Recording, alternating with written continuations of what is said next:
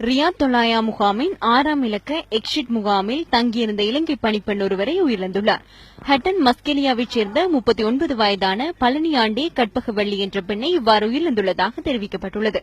3 பிள்ளைகளின் தாயான குறித்த பெண் கடந்த வருடம் அக்டோபர் மாதம் கொழும்பில் உள்ள வெளிநாட்டு வேலைவாய்ப்பு முகவர் நிலையம் ஒன்றினூடாக சவுதிக்கு சென்றுள்ளார். கடந்த 31ஆம் தேதி இந்த பெண் உயிரிழந்ததை அடுத்து அந்த முகாமில் தங்கியிருந்த மற்றும் ஒருவரால் தகவலை பெற்று கலனி பகுதியில் வசிக்கும் ASM இஸ்மத் என்பவரால் நியூஸ் ஃபர்ஸ்டுக்கு அறிவிக்கப்பட்டது. குறித்த பெண் உயிரிழந்து 8 நாட்கள் கடந்துள்ள போதிலும் அதிகாரிகளூடாக குடும்பத்தினருக்கு அறிவிக்கப்படவில்லை எனவும் அவர் கூறியுள்ளார்.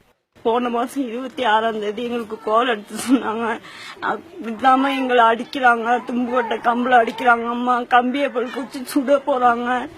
எனக்கு ஒன்றும் தெரியல. அந்த மாதிரி ஓடுனேன், ஒரு வீட்டுல போயிட்டு ஒண்டிட்டேன். அவங்க பிடிச்சி கூட்டிக்கிட்டு வந்து என்ன திரும்ப இங்கேயே அடிக்கிறாங்க அம்மா அப்படின்னு சொல்லி அவங்க சொன்னாங்க. ஒலாயா முகாமில் உயிரிழந்த பழனியாண்டி கற்பகவள்ளி தொடர்பில் விசாரணைகளை முன்னெடுக்க உள்ளதாக சவுதிக்கான இலங்கை தூதுவர் அஸ்மி தாசிம் குறிப்பிட்டுள்ளார்.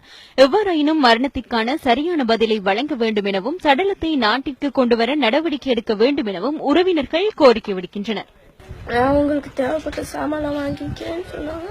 ஆனா எங்க அம்மா வந்தபடி எங்க அம்மா வேலைக்கு போனாங்க. அவங்களுக்கு என்ன ஆகுச்சுன்னு தெரியல. எல்லாம் சொல்றாங்க இறந்து போயிடுச்சுட்டு. படிச்சு பெரிய ஆள வருஷாங்க. தேவைப்பட்டதுலாம் வாங்கி தரேனாங்க.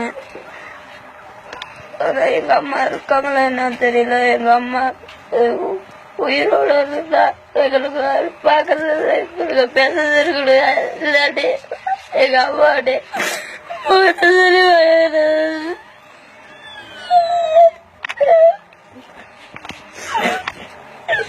சரி